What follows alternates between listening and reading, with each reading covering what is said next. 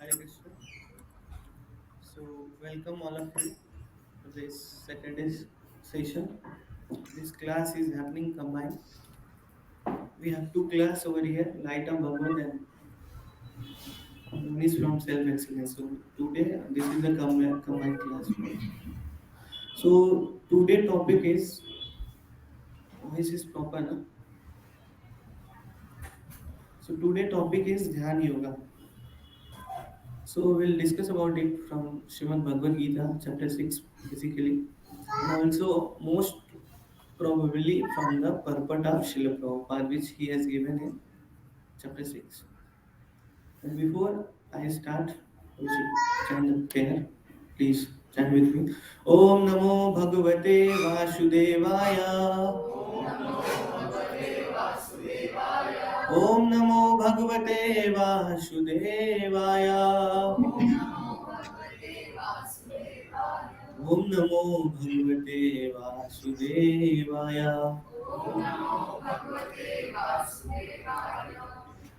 So before I start, I would like to ask some questions from you. So I think you should sit ahead.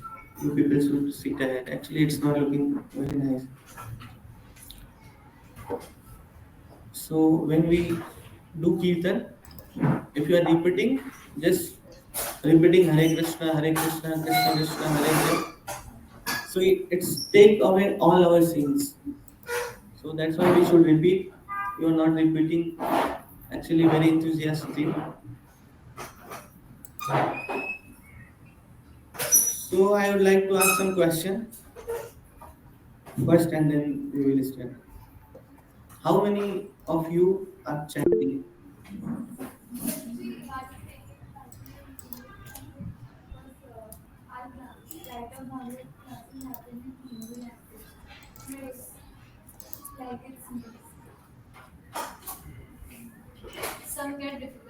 Okay, अरे मैं हिंदी में बोल सकता हूँ, don't worry. So, as per the audience, we are starting in Hindi now. Okay.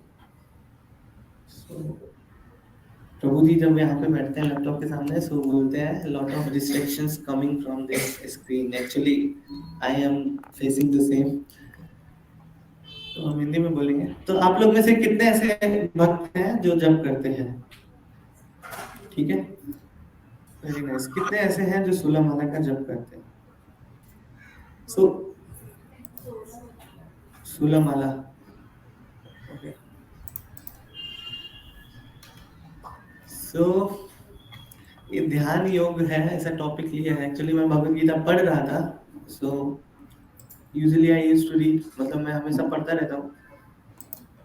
एक बार खत्म हो जाता है, फिर अगेन आई, मतलब मैं शुरू प्रारंभ करता हूँ. सो मैं 6वां अध्याय पढ़ रहा था और मुझे बोला गया कि आप सैटरडे को आके आप लोग से कुछ बताएं. तो मैंने इसलिए ध्यान योग ही ले लिया. ठीक है. सो हम ध्यान योग के बारे में डिस्कस करेंगे. बेसिकली आजकल हमारे जीवन में बहुत सारा डिस्ट्रक्शन है, बहुत सारी एंजाइटी है ना. और जब हम जाते हैं उसका सोल्यूशन ढूंढने के लिए, सो बाहर वर्ल्ड में, out of this Krishna conscious world, लोग बोलते हैं ध्यान करो, ध्यान करो, ऐसा बोलते हैं, मेडिटेशन, है ना. लेकिन उनको पता नहीं है, जो लोग ये बोलते हैं कि ध्यान करो, उनको पता नहीं रहता कि किस चीज का ध्यान करो. सो कई जगह ऐसा होता है, वो बताते हैं कि आप बैठ जाओ चुपचाप और ध्यान करो, सोचो. अब कोई ऐसा व्यक्ति बैठ के सोचेगा तो क्या सोचेगा? सोचेगा कि उसके जीवन में क्या हो रहा है, उसको क्या करना चाहिए भविष्य में, भूत वर्तमान, उसके जीवन की घटनाएं सोचेगा. और हम जैसे लोग क्या सोचेंगे, जो नेटफ्लिक्स और वगैरह वगैरह देखते हैं, वो क्या सोचते हैं कि उस सीन के बाद क्या हो सकता था, उस सीन के बाद क्या होगा, उस स्टोरी में क्या हुआ. हमारा डिस्ट्रैक्शन वो है मोस्ट ऑफ द टाइम. आप लोग नेटफ्लिक्स देखते ही होंगे, नहीं? सो आप लोग ऑलरेडी ध्यान योगी हैं ऐसा. लेकिन ऐसा आउटर वर्ल्ड में हो रहा है. एक्चुअली हम देखते हैं बहुत, नेटफ्लिक्स नहीं देखते तो बहुत सारे यूट्यूब शॉर्ट्स वीडियोस आ रहे हैं, इंस्टाग्राम है, सोशल मीडिया है. एक्चुअली हम प्रैक्टिकल बात करेंगे, एंड प्रैक्टिकल बात करके हम देखेंगे कि प्रभुपाद जी ने क्या बताया है, जिसके द्वारा हम समझ सकते हैं कि अपने जीवन में ध्यान योग को उतारे और अपना जीवन जो है सफल बना सकते हैं. ये जो पूरा आंदोलन है कृष्ण कॉन्शियस आंदोलन, वो काफी व्यक्तिगत है. व्यक्तिगत चेतना की शुद्धि तथा व्यक्तिगत रूप से भगवान की प्राप्ति. लेकिन ये व्यक्तिगत असंभव है. व्यक्तिगत मतलब पर्सनली ये परफॉर्म करना असंभव है. इसलिए इसको दिया गया संकीर्तन मूवमेंट, संकीर्तन आंदोलन. जब बहुत सारे लोग मिलकर कीर्तन करेंगे, जैसे हम कीर्तन कर रहे थे, सो उसके द्वारा हम व्यक्तिगत उन्नति प्राप्त कर सकते हैं. सो जैसे कि मैंने बताया, बहुत सारा डिस्ट्रैक्शन है. सो जैसे लोग बोलते हैं कि ध्यान करिए, ध्यान करिए, पर उनको पता नहीं है ध्यान क्या है. इवन दो अगर हम ये बोले कि नहीं हम भगवत गीता से बात कर रहे हैं, तो बाहर भौतिक संसार मतलब बाहर के वर्ल्ड में बहुत सारे लोग बोल रहे हैं कि हमारे पास खुद की भगवत गीता है, हमारे पास खुद की भगवत गीता है. आप लोग में से बुक डिस्ट्रीब्यूशन जाते हैं कि बहुत सारे लोग जाते हैं, है ना. सो हम बोलते हैं, बहुत सारे कई बार लोगों को बोलते हैं, तो लोग बोलते हैं नहीं नहीं मेरे घर पे भगवत गीता है, मेरे पास भगवत गीता है, मेरे पास गुरु है. सो जब आपके पास भगवत गीता है, गुरु है, तो आप इतना परेशान क्यों, भाग क्यों रहे हो, दौड़ क्यों रहे हो? भगवत गीता मतलब आपने ज्ञान को प्राप्त कर लिया है, होना चाहिए, पढ़ना चाहिए, है ना? पर उनको सही परंपरा से, सही जगह से उनको ज्ञान नहीं मिल रहा है, सही भगवत गीता नहीं मिल रही है। सो ध्यान योग के माध्यम से हम थोड़ा चर्चा करेंगे कि योग क्या है, और स्पेशली योग का जो स्टेज होता है वो क्या है, बहुत सारे योग की जो विधियां हैं वो क्या है, और फिर हम चर्चा करेंगे कि ध्यान योग क्या है, और श्रील प्रभुपाद जी ने ध्यान योग को कैसे बड़े साधारण तरीके से दिखाया है, और उससे हम प्रैक्टिकल तौर पर अपने जीवन में उतार सकते हैं, भगवत गीता समझ सकते हैं, अपना जीवन तो सुखी बना ही सकते हैं, जीवन के अंत में हम भगवत प्राप्ति भी कर सकते हैं, है ना? सो ध्यान क्या है, कोई बताना चाहेगा ध्यान क्या है? Focus, okay, okay, meditation, very nice. So actually ध्यान एक टर्म है, वर्ड है, मेडिटेशन, ध्यान करना ना, वो अपने आप में एक्चुअली कंप्लीट है, but at the same time complete नहीं है। अगर आप उस मैसेज को, उस वर्ड को अच्छे से एक्सेप्ट करते हो, अच्छे बोनाफाइड जगह से, जहाँ पे लोगों को पता है कि ध्यान क्या है, तब आप उसका सही इस्तेमाल कर सकते हो अपने जीवन में। लेकिन अगर आप सोचते हो मेडिटेशन मतलब बहुत सारा मेडिटेशन है, आप बैठ के सोच रहे हो, जैसे मैंने बताया, कुछ लोग बोलते हैं कि सामने एक दीपक जला दो और दीपक जला के उस पर मेडिटेट करो, ठीक है? सो that is not meditation actually, हम ऐसा कर नहीं सकते। आप कितना देर तक बैठ सकते हो? आप कभी बैठते हो ऐसे अलती बल्ती मार के, बोलते हैं ना बैठना, आप कभी बैठते हो? कितना देर बैठ सकते हो? नहीं बैठ सकते हो। 4 घंटा ध्यान कर सकते हो क्या आप? लेकिन कुछ लोग ऐसा जबरदस्ती करवाते हैं अभी भी। वो लोग बोलते हैं कि आप बैठिए, 6 बजे बैठिए और 10 बजे उठिए, और फिर थोड़ा प्रसाद लीजिए, थोड़ा रेस्ट करिए, फिर बैठिए वैसे। अब बैठे बैठे आपको क्या हासिल हो जाएगा? दुनिया कितनी प्रैक्टिकल हो गई है, हर चीज आपको दिख रहा है, सामने से दिखना चाहिए, पर वो बैठे रहते हैं, और फिर 10 दिन का कोर्स होता है, 10 दिन का कोर्स करिए और फिर निकल जाइए। लेकिन हम भगवत गीता के माध्यम, तो ध्यान ये हो गया। अब फिर योग क्या है? करेक्ट। यूनियन किससे? Yes, you people are very advance actually.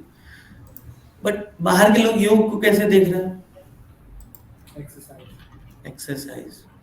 सो श्रील प्रभुपाद जी ने हमें परपट में बताया है कि परमेश्वर से युक्त होने की विधि योग कहलाती है, जैसे यूनियन, है ना? परमेश्वर से युक्त होने की विधि योग कहलाती है। लेकिन आजकल के लोग कैसे कर रहे हैं? बहुत सारे लोग जिम में जाते हैं, है ना, एक्सरसाइज करते हो, और फिर कुछ लोग डायरेक्टली उसको योगा नहीं बोलते हैं, पर फिट रखते हैं, राइट? और फिर कुछ लोग योगा करते हैं, वो भी योगा किस पर्पज से करते हैं? कि उनको फिट रहना है, और फिट रह के क्या करना है? Very nice. सो बाहर के लोग ऐसे, हम मतलब बाहर के लोग नहीं, हम ही लोग ऐसे समझते हैं, है ना? हम योगा को ऐसे समझते हैं कि हमको फिट रहना है, और फिट रह के फिर सेंस ग्रेटिफिकेशन करना है, एक्चुअली इंद्रिय तृप्ति करना है, इंद्रिय भोग करना है। हाँ, हाँ, उस वही सब पे हम बात कर रहे हैं। पावर योगा है, विपश्यना है, और बहुत सारी चीजें हैं। सो ऐसा लोग कर रहे हैं, लेकिन हमको है योग विधि से करनी चाहिए। अभी योग, अभी उसमें बहुत सारे स्टेज हैं, और योग के जो स्टेज हैं जो भगवत गीता के हिसाब से है, वो है अष्टांग योग, और उसमें 8 स्टेजेस हैं, और उसका नाम क्या है मैं बताता हूँ आपको, मुझे भी याद नहीं है। यम, नियम, आसन, प्रत्याहार, प्राणायाम, ध्यान, धारणा, समाधि। सो हम बात करने वाले हैं ध्यान पे। अब देखो, यम, नियम, आसन, प्राणायाम और प्रत्याहार जो है, वो हमारी बॉडी से रिलेटेड है, ठीक है, शरीर से रिलेटेड है, वो हम शरीर के द्वारा परफॉर्म करते हैं। और जो ध्यान, धारणा, समाधि है, वो मन और आत्मा के स्तर पे है। मेडिटेशन हम बॉडी से क्या, बॉडी से परफॉर्म करते हैं, बट हम अपने आत्मा से परमात्मा का सही जो युक्त होने की विधि है, तो उस पर फिक्स होकर करते हैं। सो ये हो गया योग। अब देखेंगे हम कि जो ध्यान योग हम करते हैं, जैसे कि जैसे मैंने बताया, बैठ के लोग बहुत सारा ध्यान करते हैं, सोचते रहते हैं। अब श्रील प्रभुपाद जी ने क्या दिया है ध्यान योग के बारे में, हम ध्यान योग कैसे करते हैं। सो आप लोगों में से कितने को पता है ABCD formula, Krishna consciousness ABCD? ठीक है, 2 लोगों, ठीक है, आप बताइए। A for association, book reading, hmm, chanting, bad chanting. सो श्रील प्रभुपाद जी ने जो भगवान ने ध्यान योग बताया था वो भी यही बताया था, लेकिन ये जो कलयुग है उस कलयुग में हम ध्यान कर ही नहीं सकते। ऐसा श्रील प्रभुपाद जी बताते हैं कि हम 2 घंटे तक लगातार बैठ नहीं सकते, और बैठेंगे तो हमारे पैर में दर्द होने लगा। हमारा व्यक्तिगत अनुभव है, पैर में दर्द होने लगता है। आप उठोगे तो फिर दिक्कत होगा, बहुत सारा कमर में प्रॉब्लम आ जाएगा, है ना। लेकिन हम ध्यान कर सकते हैं प्रैक्टिकल वे में, जैसे कि बताया एसोसिएशन। एसोसिएशन मतलब होता है संग, और संग किसका करना है? डिवोटीज का। बुक रीडिंग, कौन सा बुक रीडिंग करना है? फॉलोअर्स। चैंटिंग, क्या चैंटिंग करना है? एक साथ चैंट बोलेंगे वैसे, हरे कृष्णा कृष्णा कृष्णा हरे हरे, हरे राम राम राम हरे हरे। तो हमको चैंटिंग करना है, जप करना है। अब जप कैसे करना है? जो बोलना है वही सुनना है, जो सुनना है वही, यही हमारे जप की विधि है। अब देखो, अगर आप 5 मिनट बैठ के ऐसा बोलो, हरे कृष्णा कृष्ण कृष्ण हरे हरे, हरे राम राम हरे हरे। अब जो बोल रहे हैं वही सुन रहे हो, जो सुन रहे हो वही बोल रहे हो। अब इसके बीच में हमारा मन बहुत भागता है, मन भागता है ना। इधर भागेगा, ये सोचेगा कल क्या हुआ था, परसों क्या हुआ था, कल क्या होगा, उसने क्या बोला, मैं रात को कैसे सोया था, जगह नहीं है, ये नहीं है, वो बहुत सारी चीजें हमारे मन में आती रहेगी। लेकिन अगर हम ध्यान पूर्वक जप करें और वही सुने, हरे कृष्ण महामंत्र का जप करें, वही सुने और वही बोले, तो धीरे धीरे हम देखेंगे this is not the one time process. एक बार का नहीं है कि एक बार जप कर लिया और आपका माइंड फिक्स हो गया। आप एक बार पढ़ते हो, कोई टॉपिक याद होता है क्या? आप बहुत सारे स्टूडेंट है ना, हम बहुत सारी चीजें हम एक बार करते हैं, हमको क्लियरिटी नहीं आती है बहुत सारी चीजों में, है ना। जैसे कि हम स्कूल जाते हैं या ऑफिस में ही कोई मीटिंग हुआ तो आधा स्किप हो जाता है, माइंड कहीं और चला जाता है। सो जब का जो नियम है वो एक बार का नहीं है, हमको बार बार, इसलिए 16 माला कहा गया है। 16 माला जप करना है, सुबह उठकर ध्यान पूर्वक बैठ, और कहा क्या कहा गया? ध्यान पूर्वक। और ध्यान क्या करना है अपने, जो बोलना है वही सुनना है, जो सुनना है वही बोलना है। सो एक बार क्या हुआ, मायापुर में श्रील प्रभुपाद जी के एक शिष्य थे, और उन्होंने श्रील प्रभुपाद जी से बोला, उनको पता चला कि हम जप के द्वारा भगवान को प्राप्त कर सकते हैं, केवल जप के द्वारा हम भगवत प्राप्ति कर सकते हैं। और हमारी परंपरा में एक आचार्य आते हैं हरिदास ठाकुर, वो है ना, एक दिन में 3 लाख बार भगवान का नाम जप करते थे। अब जो ये हरे कृष्ण महामंत्र है, हरे कृष्णा कृष्ण कृष्ण हरे हरे, हरे राम राम हरे हरे, इसमें भगवान का नाम 16 बार आता है। आपको पता है 16 बार आता है। हरे कौन है और कृष्ण कौन है? हाँ, और राम कौन है? ओके, सो जो हरे है वो भगवान की शक्ति है, और शक्ति स्वरूपा कौन है? राधा रानी। और कृष्ण कौन है?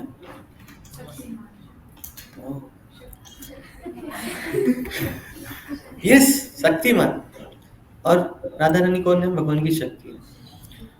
सो जब हम ये हरे कृष्ण महामंत्र जप करते हैं तो हम भगवान के लिए, भगवान का प्रेम अपने हृदय में जागृत करते हैं। श्रील प्रभुपाद जी ऐसा बताते हैं कि when we chant these names we attract Lord Shri Krishna and his associate Shrimati Radha Rani. उनका जो प्रेम है हमको प्राप्त होता है जब हम ये भगवान के नाम का जप करते हैं।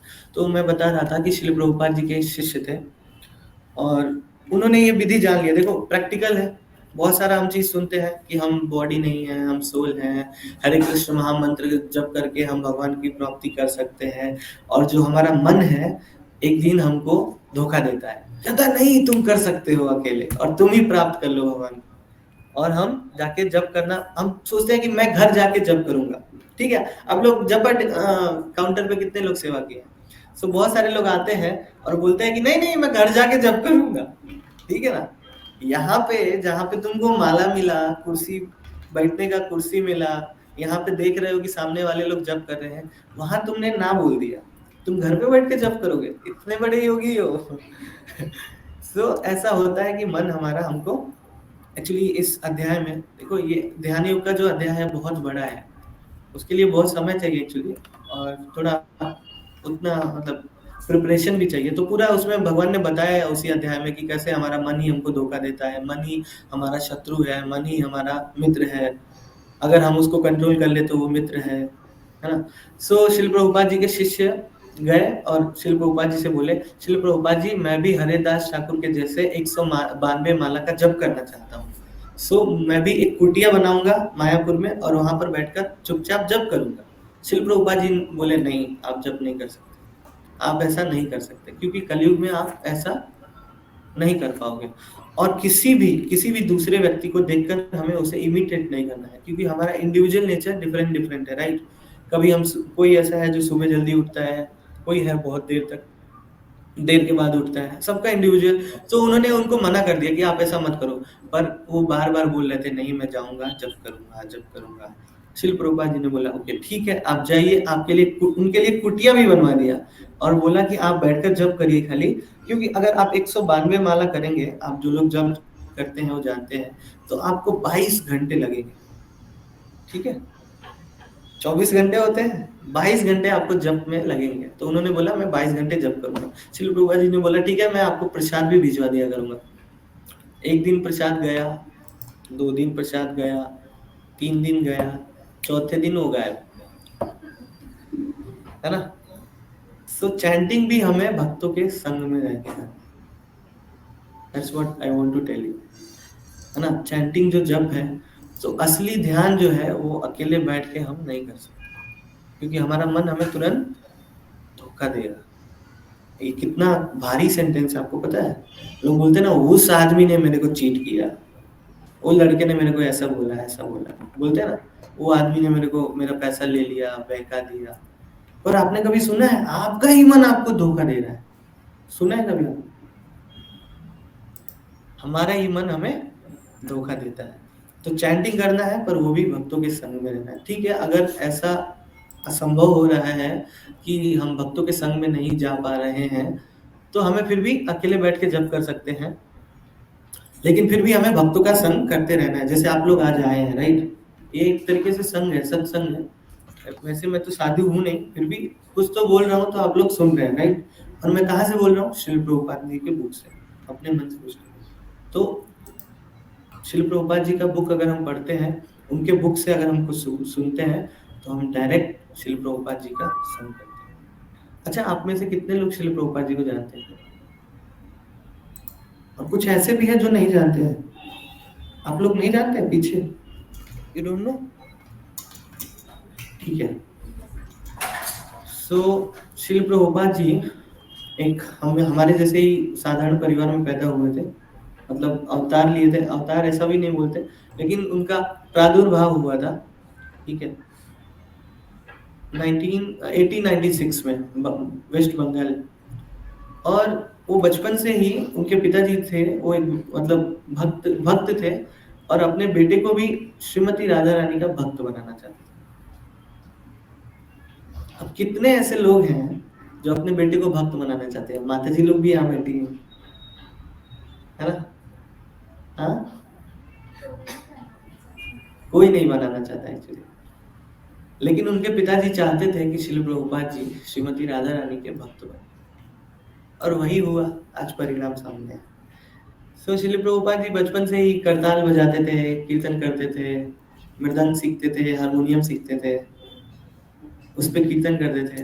5 साल के जब छोटे से थे, जब हम गुड्डे खिलौनों से खेलते हैं, उस समय श्रील प्रभुपाद छोटा सा एक रथ बना के उसमें जगन्नाथ, बलदेव और सुभद्रा को बिठा के रथ यात्रा निकाल रहे थे।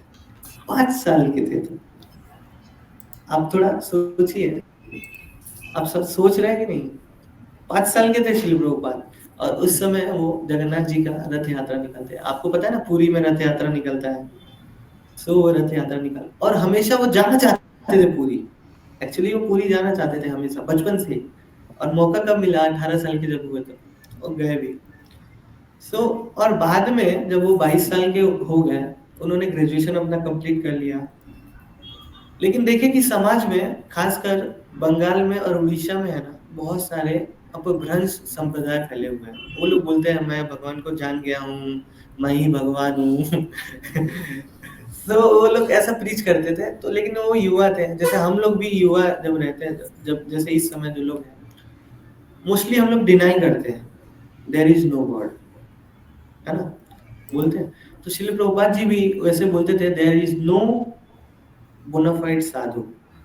क्योंकि बहुत सारे साधु ऐसे हैं, वो कहने के लिए तो साधु है, पर वो अच्छे से नियमों का पालन नहीं करते, शास्त्रों का अध्ययन नहीं करते, अपने ही मन गणन कुछ तो बोलते रहते हैं, और फिर किसी प्रकार से वो भी इंद्रिय भोग में लग जाते हैं। और यही होता है समाज के पतन का कारण। सबसे पहले जब भारत में अंग्रेज आए, तो उनको लगा, सॉरी, अंग्रेजों से पहले कौन आया? मुगल आए। तो मुगल आए तो उन्होंने राज्य जब प्रारंभ करना प्रारंभ किया, फिर देखा कि ये लोग कितने अपने मतलब धार्मिक रूप से कितने उच्च हैं ये लोग। तो उन्होंने सोचा कि ये जो धार्मिक जो परंपरा चल रही है, जो संस्कृति है, उसको विनाश कर दिया जाए। तो उनको कुछ ज्यादा समझ में नहीं आया, पढ़े लिखे ज्यादा लोग थे नहीं, बस युद्ध करना जानते थे। उन्होंने मंदिरों को तोड़ना प्रारंभ किया। उनको लगा कि अगर ये मंदिर तोड़ेंगे तो इन लोग का जो कल्चर है, पूरा जो एक तरीके से व्यवस्था बनी हुई है, खत्म हो जाएगी। पर खत्म नहीं हुई एक्चुअली। लेकिन उसके बाद ही अंग्रेज आ गए। और अंग्रेज कौन थे? बड़े स्मार्ट लोग थे, इंटेलिजेंट पीपल। वो है ना, मारने वारने में ठीक है वो करते थे, दंड देते थे, उन लोग का भी बहुत ये था, लेकिन युद्ध करने में विश्वास नहीं रखते थे। क्योंकि उनको पता था कि युद्ध करेंगे तो हमारी संपत्ति क्या होगा? हाश होगा, और वही तो हम लेने आए हैं। उन्होंने बड़ी बुद्धिमानी से शास्त्रों का अध्ययन किया, हमारे शास्त्रों का, ऐसे लोगों को लगाया, अपने बड़े बड़े अधिकारियों को संस्कृत पढ़ने के लिए लगाया। और फिर उन्होंने कहा कि ये व्यवस्था जो चल रही है इस ज्ञान की वजह से, और उसमें क्या किया? मिक्सअप कर दिया। ऐसे लोगों को बिठाया जो उल्टा सीधा उस ज्ञान को ही तोड़ मरोड़ के पेश करने लगे। तो फिर क्या हुआ? बहुत सारे अपभ्रंश फैल गए समाज में। लोग जो है, जो सही ज्ञान था उससे दूर हो गए। जैसे कि अभी हमने देखा, राम जी का मंदिर बना, ठीक है ना, लोग पूछ रहे थे आगे क्या। एक्चुअली अभी हम किस स्टेज पे हैं? जब उन्होंने मंदिर तोड़ा था तो हमने मंदिर अभी बनाया, पर अभी काम खत्म नहीं हुआ। अभी स्टेब्लिश क्या करना है? जो हमारे शास्त्र हैं उसको स्टेब्लिश करना। आप समझ रहे हैं? हमारे शास्त्रों को स्टेब्लिश करना है। मैं क्या बोल रहा था इसके पहले? हाँ, तो शास्त्र को तोड़ मरोड़ के पेश वो तो अंग्रेज करने लगे शास्त्रों। प्रभुपाद हाँ, शिल प्रभुपाद जी के बारे में बोल रहा था, सॉरी मैं बोल रहा था। तो शिल प्रभुपाद जी भी डिनाई करते थे एक्चुअली। एक्चुअली ऐसी कथा है ना, इंटरकनेक्ट हो जाती है ना, एक कथा हम बोल ही नहीं पाते। जैसे हमको पता है सामने वाली ऑडियंस में कुछ लोगों को कुछ चीजें नहीं पता है, तो वो भी बता दो, वो भी बता दो, 1 घंटे में कितना बता। तो ठीक है, शिल प्रभुपाद जी ने प्रयास किया पूरा। तो वो डिनाई करते थे कोई साधु नहीं है। लेकिन क्या हुआ, अचानक से एक दिन उनके मित्र बोले कि चलो मैं तुमसे एक साधु से मिलवाता हूँ। जैसे हम लोग भी बहुत लोग आते हैं ना अपने दोस्तों की वजह से, अरे चल चलो चलो चलो। मैं एक्चुअली स्टार्टिंग में जब मुझे कुछ नहीं पता था, तो मेरा एक दोस्त था, वो बोलता था चलो नाचना है वहां पे। मैं बोला चलो। मैं बोला क्या करना है? मतलब मुझे समझ में नहीं आया। मैं गया था पुणे में, एक्चुअली मैं गया था कई बार। तो वो बोला नहीं नहीं डांस करना है, क्योंकि उसको भी डांस करना रहता। वैसे ही शिल प्रभुपाद जी को एक भक्त लेके गए, और उन्होंने उनके गुरु महाराज से मिलवाया। और उनके गुरु महाराज ने कहा कि है ना, आप जाइए विदेशों में। ऐसा पहली बार मिले, देखिए पीछे बैठे थे शिल प्रभुपाद, उस समय उनका नाम अभय चरण डे था। बोले कि यू आर, मतलब अंग्रेजी में बोले कि आप एक बहुत पढ़े लिखे सुशिक्षित व्यक्ति हो, आपको अंग्रेजी भाषा का ज्ञान प्राप्त है, आप जाइए और विदेशों में जाके चैतन्य महाप्रभु के मिशन का प्रचार प्रसार करिए, ऐसा बोल दिया। ऐसे डायरेक्ट बोल दिया तो शिल प्रभुपाद शॉक हो गया, अरे ऐसा क्या, मुझे तो पता भी नहीं, जानते भी नहीं, ऐसा कैसे बोल दिया। और वो सोचने लगे, घर पे आए और उनके मन में चलने लगा। और यही होता है, जब आपका इंटरेक्शन एक सही साधु से होता है तो आपके जीवन में बदलाव आता है। और वो कौन सा पॉइंट है? एसोसिएशन। एसोसिएशन जब हम साधु का करते हैं तो हमारे जो प्रैक्टिकल जीवन है उसमें बदलाव आता है।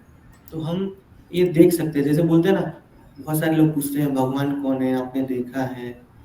तो हम वो महसूस करते हैं अपने जीवन में जब हम किसी सच्चे साधु से मिलते हैं। सो हमारे जीवन में कुछ तो ऐसा बदलाव हो जाता है जिससे हमको लगने लगता है, हाँ यार, मैं ऐसे जी रहा था, अब मुझे ऐसे नहीं जीना है। और डेडिकेशन अपने आप आ जाता है, वो सिंसियरिटी आ जाती है कि हम धीरे धीरे आगे बढ़ने लगते हैं। जैसे हम न्यू ईयर बहुत सारा ये लेते हैं ना, न्यू ईयर रेजोल्यूशन, कि हम ये करेंगे ये करेंगे। लेकिन जब हम साधु से मिलते हैं तो अपने आप को जनरेट हो जाता है कि आज से हम माला करेंगे, आज से हम भगवान का नाम का जप करेंगे, भगवत गीता पढ़ेंगे। और उसी हिसाब से जो अगला स्टेप क्या है, डाइट, भोजन, है ना। और भोजन में क्या करते हैं हम लोग बाहर, हाँ, भोजन बहुत ही इम्पोर्टेंट है। जैसा अन्न वैसा मन। अगर आप जाके बाहर जो जो खाओगे वैसे ही मन सोचेगा। और भगवान भगवत गीता में बताते हैं 3 प्रकार के गुण हैं, सतोगुण, रजोगुण, तमोगुण। भगवान भगवत गीता में बताते हैं, ऊर्ध्वम गच्छन्ति सत्त्वस्ता मध्ये तिष्ठन्ति राजसा। जो सत्वगुण में है वो ऊपर की लोकों में जाएंगे या ऊपर जाएंगे, जिस भी अवस्था में है उससे ऊपर जाएंगे।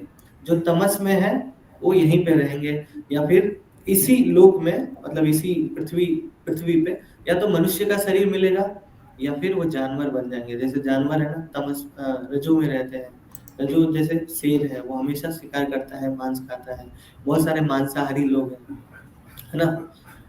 और जो तमस तमस में रहेगा, जो कि आज ही मांस खा रहा है, इसी शरीर में मांस खा रहा है ना, मांस खा रहा है, व्यसन कर रहा है, गलत गलत जो कार्य है, एक्टिविटीज है वो कर रहा है, चोरी कर रहा है, लोगों को झूठ बोल रहा है। एक्चुअली वकील क्या करते हैं, सच को झूठ बोलते हैं, झूठ को सच बोलते हैं। सो एक तरीके से ये तमोगुण में आते हैं। और ऐसे लोग या तो नीचे के लोगों में जाएंगे, नीचे के लोगों मतलब जानवर, ठीक है। जानवर नहीं, जानवर में भी ये 4 पैर वाले जानवर नहीं, कीड़ा, विष्टा का कीड़ा बोलते हैं, ठीक है ना। बैक्टीरिया वो बहुत सारे रहते हैं, या फिर नरक लोग हो जाए। सो इस हिसाब से हम गुण गुण मतलब भगवत गीता अगर आप पढ़ेंगे तो पूरा इंटरकनेक्टेड है हमारे जीवन से। और हम देखते हैं कि महाभारत का युद्ध हो रहा था, तभी ये बोला गया था, प्रैक्टिकल एकदम।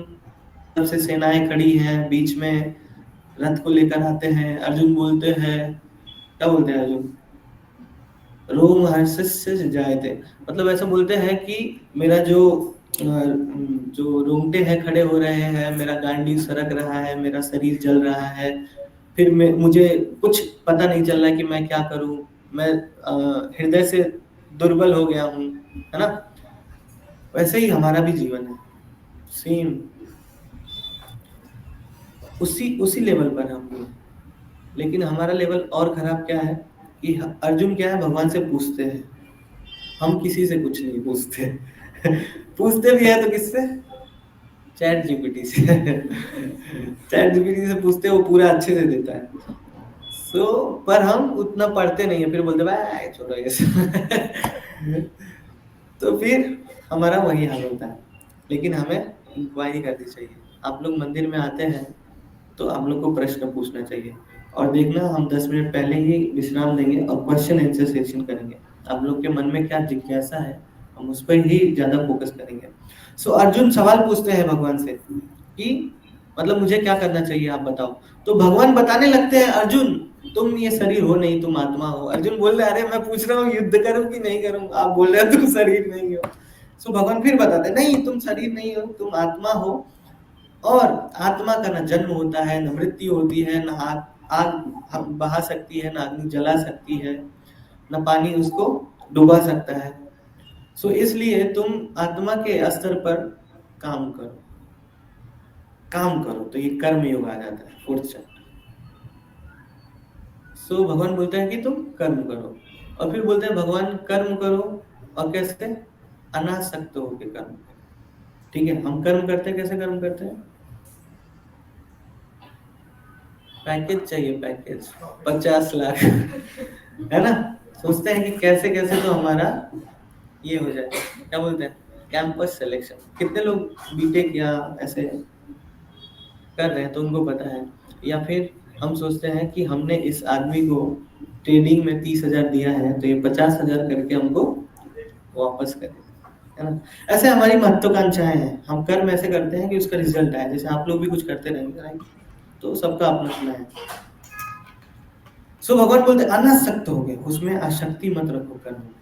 और फिर वो श्लोक बोलते हैं, कौन सा, कर्मण्येवाधिकारस्ते मा फलेषु कदाचन मा कर्म फल हेतुर्मा ते संगो असत अकर्मणि। फिर आता है, जैसे जैसे बोलते हैं भगवान अनासक्त होके, अब बोलते हैं भगवान जो अपनी इंद्रिय है, मन और बुद्धि को कंट्रोल करके कर्म करो। और फिर वहीं पर छठा चैप्टर आता है ध्यान योग।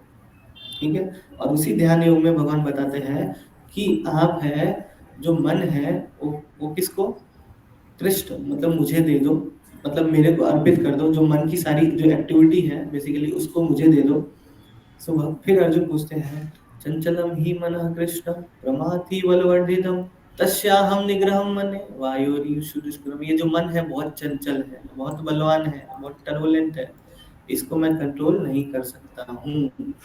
फिर भगवान बताते हैं, कौन सा बताते हैं श्लोक, कौन बताएगा, बट वो बोलते हैं प्रैक्टिस से ठीक है, मैं भी थोड़ा बोल रहा हूँ। Bye practice and detachment you can control your mind. ठीक है,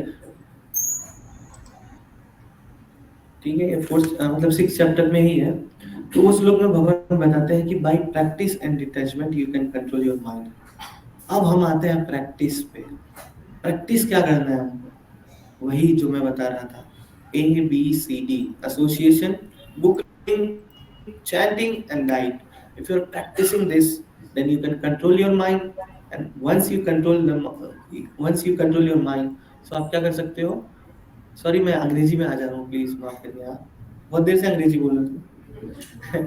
सो क्या होता है, अगर आप अपने मन को कंट्रोल करो, नियंत्रित कर लो, तो फिर आप क्या कर सकते हो, भगवान बताते हैं कि अगर आपने मन को नियंत्रित कर लिया तो मन ही आपका सच्चा मित्र है। और अगर आप नियंत्रित करने में फेल हो गए, जैसे कि एक एग्जांपल दे रहा हूँ, मिठी बाई कॉलेज है नजदीक में, पिछले के पिछले साल एक घटना हुई। लड़के क्या हुए, लड़कों ने एक एडवेंचर करना चालू किया। वो एडवेंचर क्या था, रात को 2 बजे जाने का, अंधेरी स्टेशन पर बड़ा पाव खाने का। लेकिन वो वार्डनर रहते ना, वार्डन वाले, सो वो अलाउ नहीं करते। सो ये लोग क्या करते थे, छत पर जाते थे और छत से दूसरे छत पर कूदते थे, और कूद के फिर उस मतलब बिल्डिंग से नीचे उतरते थे और फिर जाते थे।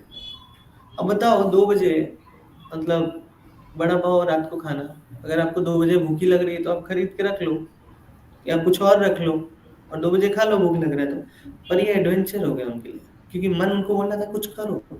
अब वार्डन एक्चुअली क्या रहता है, हॉस्टल में लोग बोलते नहीं आप टाइम से आओ, टाइम से रहो। अब उसके खिलाफ जाना है, क्योंकि मन बोल रहा है नहीं तुम क्यों, तुम तो आजाद हो, तुम स्वतंत्र भारत के स्वतंत्र नागरिक। ठीक है, अभी जा रहे हैं तो फिर एक्चुअली वो लड़का यहाँ पे आया था जिसका मैं बता रहा हूँ। तो एक नया लड़का आया, फिर उस मंडली में एक नया लड़का शामिल हुआ, और वो जो दूसरे बिल्डिंग से ऐसा कूदते थे, वो बिल्डिंग में थोड़ा गैप था 5 फीट, ठीक है, और 6 फ्लोर की बिल्डिंग थी। सो 3-4 लोग धक धक कूद गए रात को, पर ये जो नया वाला था वो भी कूदा, पर उसका पैर है उस छत पे पड़ा, लेकिन ऐसे बैंड हो गया, ऐसे बैंड हो गया। ठीक है, अब वो उससे गिरा, फिर इस बिल्डिंग में आके लड़ा, फिर इस बिल्डिंग से उस बिल्डिंग, 6 माले में ऐसे किया उसने, मतलब सीधे नहीं गिरा वो, 3-4 बार ऐसे ऐसे गिरा, लेकिन मरा भी नहीं। बच गया, उसका पैर और हाथ ही टूटा। भगवान की कृपा देखो कि पैर और हाथ ही टूटा, मर जाना चाहिए एक्चुअली। मना नहीं रहा हूँ, लेकिन मोस्टली मोस्टली ऐसा होता है, मतलब 6 माले की बिल्डिंग से आप ऐसे गिर रहे हो तो मर गए, लेकिन हाथ पैर टूटा और हंस रहा था वो। तो ऐसे हुआ। लेकिन ये क्यों करते हैं ऐसा लोग? हम भी अपने जीवन में करते हैं, हम भी अपने जीवन में करते हैं। नहीं, जैसे और भी एग्जांपल दे सकता हूँ। बहुत सारे लोग सेल्फी लेने जाते हैं, सेल्फी पॉइंट पे, वो मन ही तो बताता है कि हम ऐसे सेल्फी लें। और आप सबको पता है, न्यूज में आता रहता है ना? न्यूज देखते हैं ना आप? नहीं देखना चाहिए इसलिए। सो न्यूज में आता है कि ऐसे सेल्फी ले रहे थे, तो फिर क्या हुआ? पैर फिसल गया, इतने लोग चले गए। तो हमारा मन ही शत्रु है। और इसी मन को अगर आप, जैसे आप सभी कितने पुण्यवान लोग हैं, और मन को अपने कितना नियंत्रित किया हुआ है कि आप बाहरी दुनिया का जो माया प्रपंच है उसको छोड़ के आपने सोचा कि चलो 1 घंटा सुनना है। मतलब आप लोग का माइंड बहुत हद तक नियंत्रित है। क्यों हो रहा है ये सब? कि वही शिल प्रभुपाद जी ने अपने गुरु महाराज का आज्ञा का पालन किया, और उन्होंने क्या कहा था? विदेश में जाओ, प्रचार करो। 1922 में उनको ये आदेश मिला था। वो लगातार प्रयास करते रहे कि मैं किसी दिन अपने गुरु महाराज के आदेश का पालन करूं। धन का अभाव, धन का अभाव और पारिवारिक जिम्मेदारियां, इसकी वजह से वो पूरा नहीं कर पा रहे थे। 45 साल बाद उनको मौका मिला 1965 में, और वो विदेश गए। विदेश कहाँ गए? अमेरिका गए। वहां पे युद्ध हो रहा था, अमेरिका वियतनाम का। और वहां पर आप सोच लो कि एक देश है जो युद्ध कर रहा है, तो कैसा होगा माहौल? 1965 में अमेरिका वियतनाम का वार हुआ था। आप लोग जाके देखोगे तो पता चलेगा। अमेरिका वो वियतनाम को कुछ तो खत्म कर देना चाहता था, और बहुत दिन से युद्ध चल रहा था, वो सालों लग गए।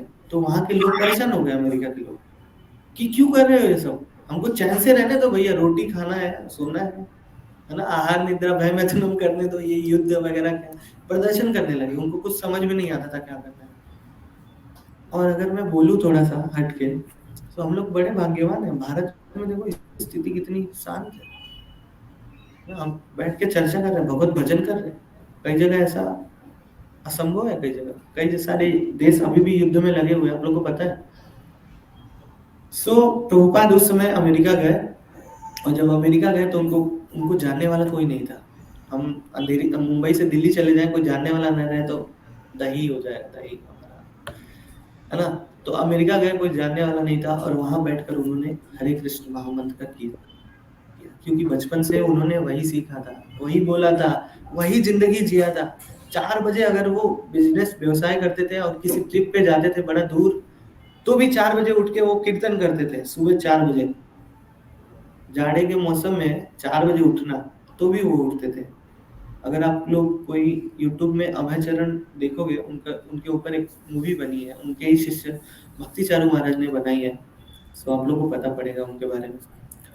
तो ठीक है, हमारा विषय ये नहीं है, लेकिन ये जो ध्यान योग है, वो शिल प्रभुपाद जी ऐसा कहते थे कि हमारा मन ऐसे नियंत्रित तो हो नहीं पाएगा, लेकिन अगर इस मन को भक्ति में लगाना है तो लगातार श्रवण करते रहना है, श्रवण।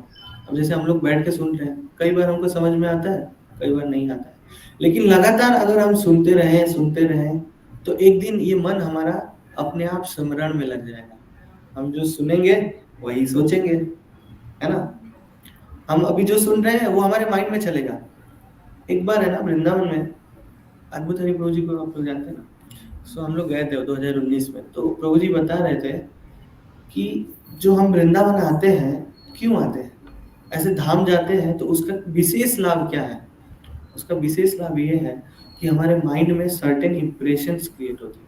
जैसे हम बाहर देखे रहते हैं कुछ, जैसे मान लो हम जा रहे हैं, कुछ एक्सीडेंट देख लिया, है ना? कितना डर लग जाता है, जैसे मुझे डर लग जाता है बहुत एक्सीडेंट। एक बार मैंने कांदीवली में, एक व्यक्ति, हट्टा कट्टा व्यक्ति था, गिर गया कांदीवली स्टेशन पे, ट्रेन के नीचे। और मैं है ना इस साइड में, बाजू में ट्रेन पे विंडो पे बैठा हुआ था, और ट्रेन जैसे गई तो मैंने ऐसे देखा, मतलब जैसे ही जिस विंडो पे बैठा था उसके बाजू में ही वो गिरा था, पानी पड़ा, पानी, लाइक दोनों हाथ कट गए।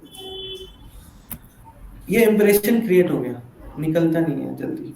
वैसे ही धाम में हम जाते हैं तो इम्प्रेशन क्रिएट होते हैं हमारे मन में, और वही इम्प्रेशन हमारे जीवन में रहते हैं। जैसे अभी मैंने बोला, आप लोग का इम्प्रेशन क्रिएट हुआ है ना। देखो मेरे में भी ऐसा स्ट्रॉन्ग हार्ट वो क्रिएट हो गया कि मैं वो बोलता नहीं, वो यार मतलब याद रहता। और फिर मेरा तबीयत खराब हो गया 1 महीना, बढ़ती था। मृत्यु से कितना भय है, मुझे भी, सबको भय है। एक बहुत बड़े डिवोटी है इस्कॉन में, उनको कोविड हो गया था। बहुत बहुत जब कोविड टॉप पे था, बाद में वो जब आए ठीक होके तो बोल रहे थे कि I was not able to remember Krishna for a moment. एक बार में मैं कृष्ण को याद करने में सक्षम नहीं था। अब भगवान गीता में बोलते हैं आगे, अंतकाले च मामेव शमरन्ता कलेवरम यह प्रयाति समद्भावम याति नास्ता यत्र संशय। उसी तरह श्री प्रभुपाद जी का जो इंप्रेशन था, जो प्रचार का शक्ति था, वो भी कीर्तन करने लगे। पूरा अमेरिका त्रस्त था, पूरे अमेरिका में अलग अलग तरीके की चीजें चल रही थी, लेकिन वो टॉम्स्किन स्क्वायर पार्क के एक वृक्ष के नीचे बैठ के कीर्तन करने लगे। लोग आ गए, जुड़ने लगे उनसे, और इस तरह से पूरा इस्कॉन मूवमेंट चालू हुआ। 1 साल बाद उन्होंने उन्हीं लोगों की सहायता से इस्कॉन का स्थापना किया।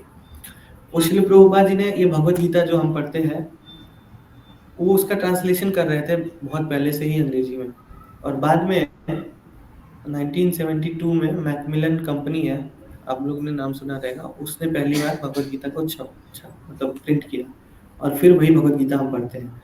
तो श्रील प्रभुपाद जी ने जो भगवत गीता का ट्रांसलेशन किया, अब देखो भगवत गीता संस्कृत में है, हम जानते हैं, उसका ट्रांसलेशन उन्होंने इंग्लिश में किया, और उस पर उन्होंने परपट दिया। किसके पास, कितने लोगों के पास भगवत गीता है? तो आप लोग भगवत गीता पढ़ते हैं, देखते हैं उस पर परपट लिखा हुआ है। सो परपट दिया, और वही परपट से हम अपने जीवन का जो असली उद्देश्य है उसको प्राप्त कर सकते हैं। ये मेरा व्यक्तिगत अनुभव है, और ऐसे बहुत सारे हजारों हजारों लोग वो परपट पढ़ पढ़ के अपने जीवन को सफल बना रहे हैं। तो आप लोग भी भगवत गीता पढ़िए। तो जैसे कि मैं बता रहा था, ध्यान योग, अभी ध्यान योग का विधि जो है वो सतयुग में लागू होता है। हजारों हजारों, जैसे हिरण्यकश्यपु था, एक पैर पर ऐसे हाथ ऊपर उठा के 36,000 साल तक तपस्या किया। हम 36 सेकंड ऐसे नहीं खड़े रह पाएंगे, है ना। तो वो संभव नहीं है। और ये जो विषय है इसीलिए लिया था मैंने कि थोड़ा इस पर प्रैक्टिकल चर्चा कर सके। सो इसीलिए श्रील प्रभुपाद जी ने कलयुग के जीवों के लिए क्या संभव है वो अनुवाद में आपने बताया है। तो अनुवाद में यही बताया है, ABCD, association, book reading, chanting, diet. So इसके द्वारा हम अपने जीवन में जो ध्यान योग का असली मकसद है वो प्राप्त कर सकते हैं। और ध्यान योग का असली मकसद क्या है, उद्देश्य जो है वो क्या है, भगवत प्राप्ति है। उसके द्वारा योगी क्या करता है, अपने जो मतलब इंद्रियां हैं उनको कंट्रोल करके अपने आत्मा से परमात्मा को कनेक्ट कर लेता है। लेकिन वो उस तरीके से, उस मेथड से जैसे कि सतयुग में होता है, वो संभव नहीं है। तो हम कलयुग में कैसे कर सकते हैं, जब कर सकते हैं, मंदिर आके कर सकते हैं। जैसे आप लोग पढ़ने जाते हैं, बहुत सारे जॉब करते हैं, तो आप लोग जब करिए, समय निकालिए जब करने के लिए। जैसे आप निकालते हैं जॉब जाने के लिए, समय निकालते हैं 10 घंटे 12 घंटे, वैसे ही आप आधा घंटे, अगर आप पहली बार जब कर रहे हो तो 1 माला 2 माला, आप 1 साल से हो तो 16 माला 8 माला 10 माला ऐसे करो, आप करिए, तभी आप अपने जीवन का उद्देश्य समझ पाओगे। बेसिकली कर्म योग, ज्ञान योग, ध्यान योग, 3 योग है, उसके बाद आता है भक्ति योग। सो ये जो तीनों योग है, मतलब योग का जो असली उद्देश्य है वो भगवत प्राप्ति ही है। लेकिन जो कलयुग है, जैसे मैंने बताया, इसमें हम ध्यान योग नहीं कर सकते, कर्म योग भी नहीं कर सकते। अपने कर्म का जो 100% है भगवान की सेवा में लगा सकते हैं, दे सकते हैं 100% सैलरी टेम्पल को। कौन है, हम सोचते हैं ना कि एक्चुअली मैं भी वही हूँ। तो सोचते हैं कि चलो ये सैलरी है तो 200-400 डाल दिया गुल्लक में, थोड़ा डोनेशन दे दिया, हो गया। ऐसे नहीं होता है। वो पूरी जो जो हमारा जो फल है वो भगवान को अर्पित करना रहता है। लेकिन प्रभुपाद जी ने ऐसा प्रोसेस दिया है कि आप कर सकते हो। कैसे कर सकते हो, आप अपने घर में भगवान के विग्रह को लाइए, भगवान के विग्रह को सुबह आरती करिए, उठिए, भगवान की पूजा करिए, जप करिए, श्रीमद् भागवतम पढ़िए, प्रसाद बनाइए, भगवान को भोग लगाइए और फिर खुद प्रसाद पाइए। और वो जो घर है, आप बोलिए ये मेरा घर नहीं है, किसका घर है? जो विग्रह है, जगन्नाथ जी का विग्रह है तो जगन्नाथ जी का घर है, कृष्ण का विग्रह है तो कृष्ण का विग्रह है। सो प्रभुपाद जी के एक शिष्य हुए गौर गोविंद महाराज, वो नैरोबी में गए थे। सो नैरोबी में श्री प्रभुपाद जी जाके आए थे वहां पे, तो वो घर घर में जाके प्रभुपाद रहे थे और प्रभुपाद ने घर को ही मंदिर बनवा दिया था पूरा। घर में एक कमरा मतलब विग्रह का रहता था, लोग आते थे वहां पे जप करते थे। सो गौर गोविंद महाराज ने बोला, हुज हाउस इज दिस? ये किसका घर है? वो तो भक्त का घर था। हाँ? सो भक्त तो बोल नहीं सकता ये मेरा घर है, क्योंकि जान रहा है महाराज क्या पूछ रहे हैं। सो भक्त ने बड़ा बुद्धि लगाया, बोला महाराज गौर निताई का घर है। सो महाराज बोले what are you doing here? तो ये चेतना है कि हमारा कुछ भी नहीं है, किसका है? कृष्ण का। ये शरीर भी जो है हमें मिला है कुछ समय तक, और हम आत्मा है, और ये जो ज्ञान है वो श्रीमद् भगवद गीता में दिया है। और उसी का एक अध्याय ध्यान योग है जिस पर हम चर्चा कर रहे थे, और अब हमारा समय पूरा होता है। धन्यवाद। हरे कृष्ण। सो अभी आप लोग प्रश्न पूछ सकते हैं, और मैं उम्मीद करूंगा कि सब लोग कुछ ना कुछ पूछें। ठीक है, 10 मिनट का समय है हमारे पास। किसके बारे में? ओके, रजोगुण का अभी सेल्फ एक्सीलेंस में एक पीपीटी के द्वारा बताया गया था। रजोगुण में बेसिकली क्या होता है, हम सोचते रहते हैं कि मैं ये प्राप्त कर लूंगा, भविष्य में रहते हैं, भविष्य में रहते हैं। रजोगुण मतलब भविष्य में रहते हैं। भविष्य में मैं ये कर लूंगा, भविष्य में मैं बहुत बड़ा धनवान व्यक्ति बनूंगा, कैसे बनूंगा, और उसके लिए हम कार्य भी करते हैं। ठीक है।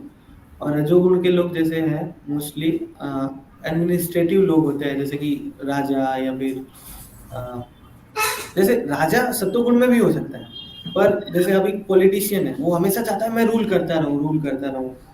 सो ये रजोगुण है एक्चुअली, और इसके द्वारा मैं भोग करता रहूं, अपनी इंद्रियों को तृप्त करता रहूं, है ना। मैं अमेरिका जाऊंगा, मैं कहीं घूमने जाऊंगा, मोस्टली ये रजोगुण जैसे है।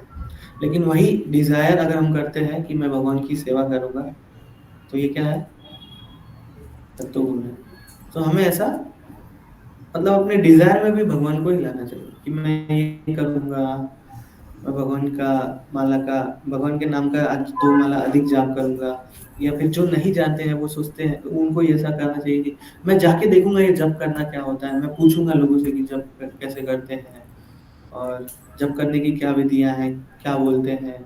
और फिर जैसे बहुत सारे लोग जो भगवान को भोग लगा के नहीं खाते हैं, वो इंक्वायरी करना चाहिए उनको कि भगवान को भोग लगा के कैसे हम प्रसाद पा सकते हैं।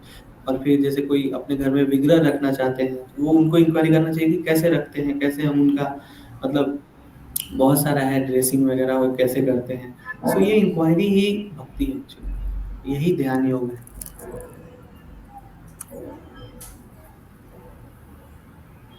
ठीक है, और किसी का कोई प्रश्न? प्रभु जी, जब भी हम लोग सत्वगुण बोलते हैं तो बहुत सारे लोग समझते हैं कि सत्वगुण एकदम मतलब जैसे रजोगुण बोलते हैं तो उसमें हम लोग पैशनेट रहते हैं, जो भी चीज़ हम को करना रहता है उसके लिए बहुत पैशनेटली डिटरमाइंड होके करते हैं। तो सत्वगुण में क्या मतलब अगर वो पैशनेट या वो नेचर नहीं रहेगा तो हम कैसे कुछ करेंगे, क्योंकि हमें माइंड से लड़ना है, मतलब माइंड से लड़ना है? लड़ना है मतलब कितना हमें डिस्ट्रैक्ट हो जाते हैं ना, तो हमें इतना डिटरमाइंड होके वापस से अपने माइंड को जो हम लोग चाहते हैं उसमें मतलब आप बोल रहे हो बेसिकली, आपका प्रश्न है कि माइंड ही हमारा सत्वगुण रजोगुण तमोगुण में रहता है, राइट?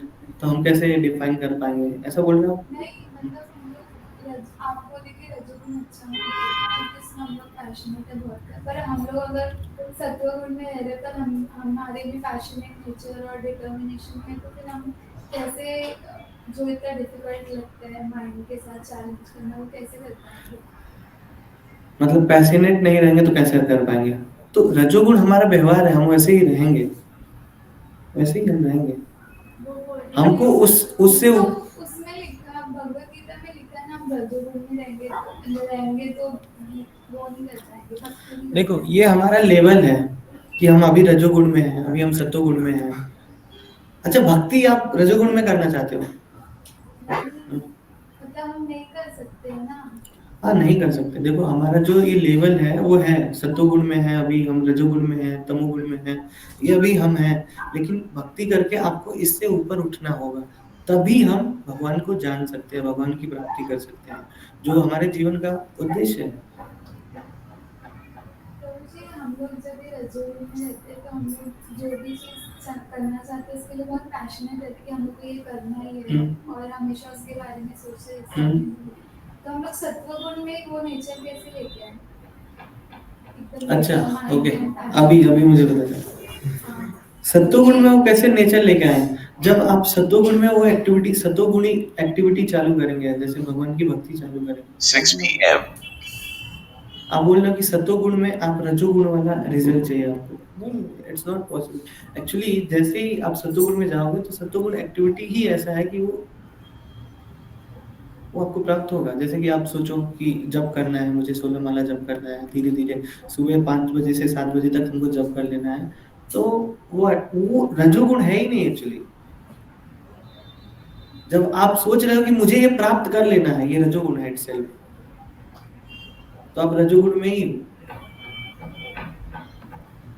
लेकिन जब आप सोच रहे हो कि नहीं, मुझे भगवान की भक्ति करनी है, आगे बढ़ना है, तो धीरे धीरे उसका जो रिजल्ट है अपने आप को थोड़ा प्राप्त होगा।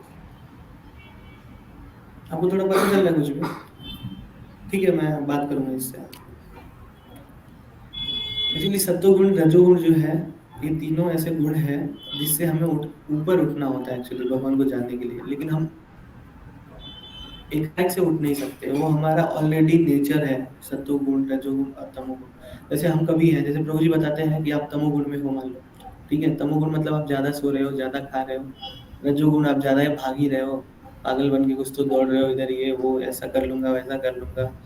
सत्वगुण में हो, सत्वगुण और तमोगुण में थोड़ा सा स्लाइटली डिफरेंस है।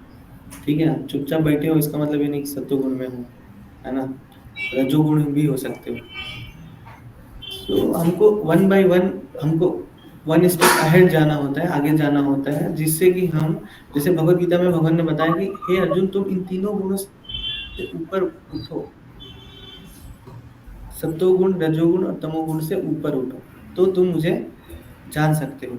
लेकिन शिल प्रभुपाद जी ने हर व्यक्ति के लिए, ठीक है, अब जैसे हमको इतना परेशान नहीं होना है, अरे मैं इस समय कौन से गुण में हूँ, बहुत सारे लोग सोचने लगते हैं, नहीं, that is not our business actually. हमने जब किया, हमने रीडिंग किया, हमने लेक्चर सुना, हमने प्रसाद पाया, हमने साधु संग किया, दैट इज आवर फोकस। और अपने आप हम कल्टीवेट हो जाएगा कि आज हम, मतलब वो हमको देखना नहीं है। अल्टीमेटली जैसे जैसे हम एक्टिविटी, सत्वगुणी एक्टिविटी बढ़ाते जाएंगे, हम सत्वगुण में होते जाएंगे। ठीक है, मुझे लग रहा है अब सही है ना? बट वो गलत ही है, मतलब जो हम लोग बहुत सारे लोग देखते हैं जो मटेरियलिस्टिक लोग होते हैं, हम लोग भी तो इतने सारे मेहनत करते हैं और वो एक्चुअली में अचीव करते, कितना सारा हार्ड वर्क करते हैं और डिटरमाइंड भी रहते हैं, तो वो चीज़ सत्वगुण में सही ठीक है है, ना, गलत। देखो आज का जो टॉपिक है वो ध्यान योग है। आप जो बोल रहे हो वो कर्म योग है, ठीक है, एक्टिविटीज परफॉर्म कर रहे हैं, ठीक है। उसमें क्या है, जो मटेरियलिस्टिक है वो कुछ एक्टिविटी कर रहा है, वो कर्म बंधन के कारण है। इसे उसको इसी भौतिक संसार में आना पड़ेगा। और ये जो एक्टिविटी हम भक्त लोग करते हैं, जैसे कि भगवान, इससे हम जो कर हमारा करना है, हमें क्या होता है, भगवान हमारे बन जाते हैं, बन जाते हैं। हमें वही कर्म देते हैं जिससे हम अपनी भक्ति में आगे बढ़ सकें। और जो भौतिकतावादी है, वही कर्म का बंधन बनता जाता है और फिर से अगेन अगेन एंड अगेन जन्म मृत्यु जरा व्याधि के चक्कर में फंसता जाता है।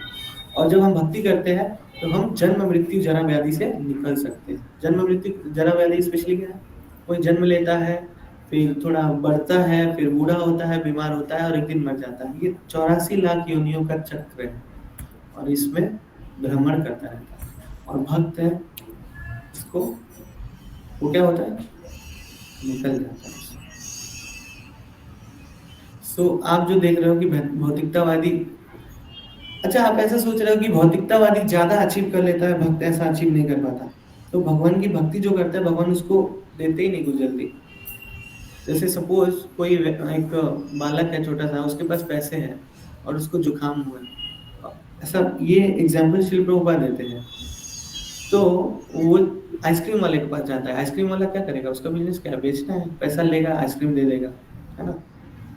लेकिन अपने पिताजी के पास जाएगा तो पिताजी बोलेंगे नहीं, पहले दवाई कराएंगे, उसका इलाज कराएंगे, ठीक होगा, फिर आइसक्रीम खिलाएंगे, है ना। वैसे ही भगवान है, जब हम भगवान के पास जाते हैं तो हमारे लिए क्या बेस्ट है वो देते हैं, ठीक है। तो इस तरीके से हमको ये समझना चाहिए। तो हमें ये नहीं सोचना चाहिए अरे भौतिकतावादी व्यक्ति है वो तो बहुत आगे बढ़ रहा है। आप ऐसा ऐसा कुछ था क्या प्रश्न? मैं समझ नहीं पा रहा हूँ एक्चुअली आपका प्रश्न। नहीं मतलब थोड़ा मे बी बहुत डीप होगा, मे बी दैट्स वो व्हाई। मतलब जो नेचर रहता है जब भी कोई मटेरियलिस्टिक रहता है तो ऐसा तो नहीं है कि वो लेजी रहता है और वो हाँ तो रजोगुण में रहते हैं, मटेरियलिस्टिक पर्सन सत्वगुण में भी रहते हैं। पर इसका मतलब ये नहीं है कि वो मतलब भगवान के जैसे चुपचाप रहते हैं, खुश रहते हैं, आनंद में रहते हैं, पर अगेन वो इग्नोरेंस ही है। उनको पता नहीं है कि उनकी मृत्यु होने वाली है। देखो भौतिकतावादी व्यक्ति है, ज्यादा भौतिकतावादी व्यक्ति है ना, वो भी खुश रहते हैं, वो भी बहुत खुश रहते हैं, बहुत अपने जीवन में उनको बहुत आनंद रहता है। पर काल आता है एक दिन, मार देता है।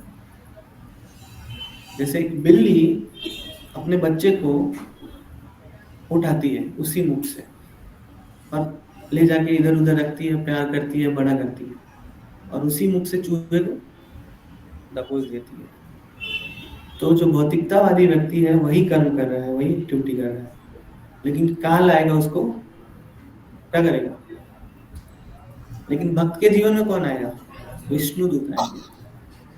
समझ में आएगा, थोड़ा अंतर दिख रहा है क्या आपको, है ना।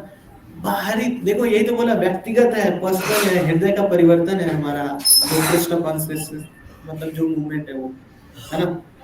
हमारे हृदय के अंदर परिवर्तन हो रहा है कि नहीं। अभी जैसे हो सकता है कि बाहर से तिलक लगाया हो, धोती कुर्ता पहना हो और कली का चेला हो, ऐसा भक्ति सिद्धांत महाराज कहते हैं कि बाहर से दिख रहा हो कि भक्त है, मतलब सब कुछ है, पर उसके हृदय में इंद्रिय तृप्ति की भावना होगी, इच्छा होगी, है ना। सो हमारे हृदय में क्या चल रहा है उसका परिवर्तन, हमारे हृदय का परिवर्तन, जो हमारा हृदय इंद्रिय भोगों की ओर लगा हुआ है वो भगवान की भक्ति की ओर कैसे लगेगा। वही श्रील प्रभुपाद जी ने अमेरिका में जाके सिखाया और वही हम लोग सीखते हैं कि हम अपना जो जॉब करने जाते हैं, जैसे आप लोग जॉब करने जाते हो, पढ़ने जाते हो, सो बहुत सारे लोग जो जॉब करके जाते हैं, जो ऐसे ही जाते हैं, तो बहुत फर्क है उसमें, है ना। जैसे कि श्रील प्रभुपाद एग्जाम्पल देते हैं कि एक व्यक्ति है, उसने पीएचडी किया, ठीक है, बहुत सारी पीएचडी की, मान लो एक एक नहीं दो तीन कर लिया, डॉक्टर बना या फिर बहुत धन कमाया, बहुत बड़ा पोजीशन प्राप्त कर लिया, बहुत बड़ा कहीं उसको मतलब समझ लो कि पूरे वर्ल्ड जैसे अमेरिका का प्रेसिडेंट ही बन गया, लेकिन जैसे ही मरेगा खल्लास। लेकिन भक्त की जो भक्ति है, अगले जन्म में फिर से अगर उसको शरीर प्राप्त होता है तो फिर से वहीं से प्रारंभ हो जाता है, यही अंतर है, ठीक है। किसी का और कोई प्रश्न है? So, ये जो इंडस्ट्रियलाइजेशन हो रहा है, हम रिसोर्सेज नेचुरल एक्सप्लॉइट करते हैं, ये गलत करते हैं। तो जो भगवान में बिलीव करते हैं वो कहते हैं ये छोड़ो और मिशन पे भगवान पे कॉन्सर्ट करो, चैंटिंग करो। तो क्या ये बिना बड़े नौकरियों की वगैरह मिशन चैंटिंग से कोई नेशन की इकोनॉमी सर्वाइव कर सकती है? हम कभी ये नहीं कहते कि इंडस्ट्रियलाइज, जो भी आपने बोला ये नौकरी छोड़ो, बिजनेस छोड़ो, हम कभी ऐसा नहीं बोलते। हम बोलते हैं कि आप जहाँ पर भी हो हरे कृष्ण महामंत्र का जप करिए और अपना जो भी है एक्टिविटी परफॉर्म करिए, ठीक है।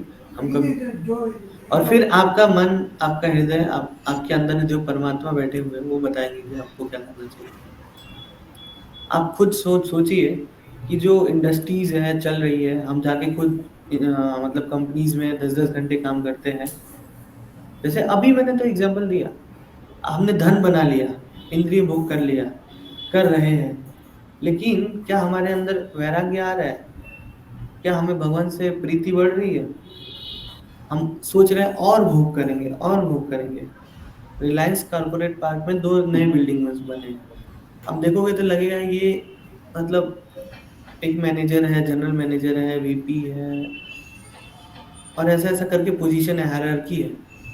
और जो भी है 10 साल से काम कर रहा है, 20 साल से काम कर रहा है, लेकिन वो सोच रहा है मैं आगे बढ़ जाऊँ, आगे बढ़ जाऊँ। कितना तक आगे बढ़ोगे? आपका जीवन कितना 60 साल का है।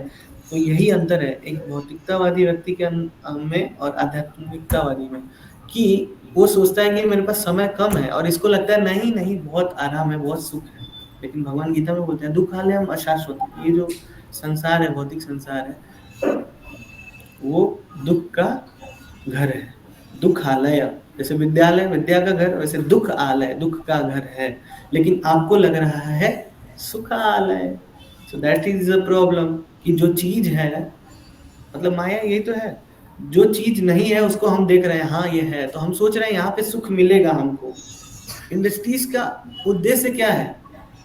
जैसे हम कोई भी प्रोडक्ट बनाते हैं, जैसे ट्रेन है, रेलगाड़ी है, वो पता नहीं कितने सारे चीज है, मोबाइल फोन, लैपटॉप, ये वो। इसका क्या उद्देश्य है? जैसे ये लैपटॉप है, ताकि हम इस पे पढ़ सकें, ज्यादा से ज्यादा क्या कर सकते हैं, नई नई चीजें बना सकते हैं। और नई चीजों से क्या करेंगे? पैसा बनेगा। पैसे से क्या होगा? हम इंद्रिय भोग करेंगे। लेकिन यही लैपटॉप हम कहाँ यूज कर रहे हैं? यू सी, कहाँ यूज कर रहे हैं इसका? यस। सो हम क्या करते हैं, इसको युक्त वैराग्य बोलते हैं। वो चीज से हमको कुछ मतलब लेना देना नहीं है, लेकिन वो चीज हम भगवान की सेवा में लगाएंगे। प्रभुपाद बोलते हैं तुमको जो बनाना है बना दो, हम उसको भगवान की सेवा में लगा देंगे। और एक प्रकार के आध्यात्मिकतावादी होते हैं, बोलते हैं नहीं नहीं, हमको इससे मतलब नहीं है, ब्रह्म सत्य है, जगत मिथ्या है। हम ऐसा नहीं बोलते, दिस इज ऑल टेम्पररी। सो हम उसको क्या कहते हैं, भगवान की सेवा में लगा देते हैं। जैसे आप ये भी तो सोच सकते हो कि भगवान की भक्ति पेड़ के नीचे करो। एक मेरा मित्र आता था पहले, बोलता था ये एसी वसी क्यों लगाते हैं, भगवान का ही बात करना है तो पेड़ के नीचे बैठ के। तो आप आओगे क्या? आप आओगे क्या? अच्छा आरामदायक कुर्सी है तो फिर भी देखो कितना खाली है। ठीक है ब्रो, अभी समय हो गया है, और किसी को कुछ प्रश्न है? सो अगर मैंने कुछ आउट ऑफ कॉन्टेक्स्ट बोला हो या कुछ आपको ना समझ में आया हो तो please forgive. Hare Krishna, thank you very much.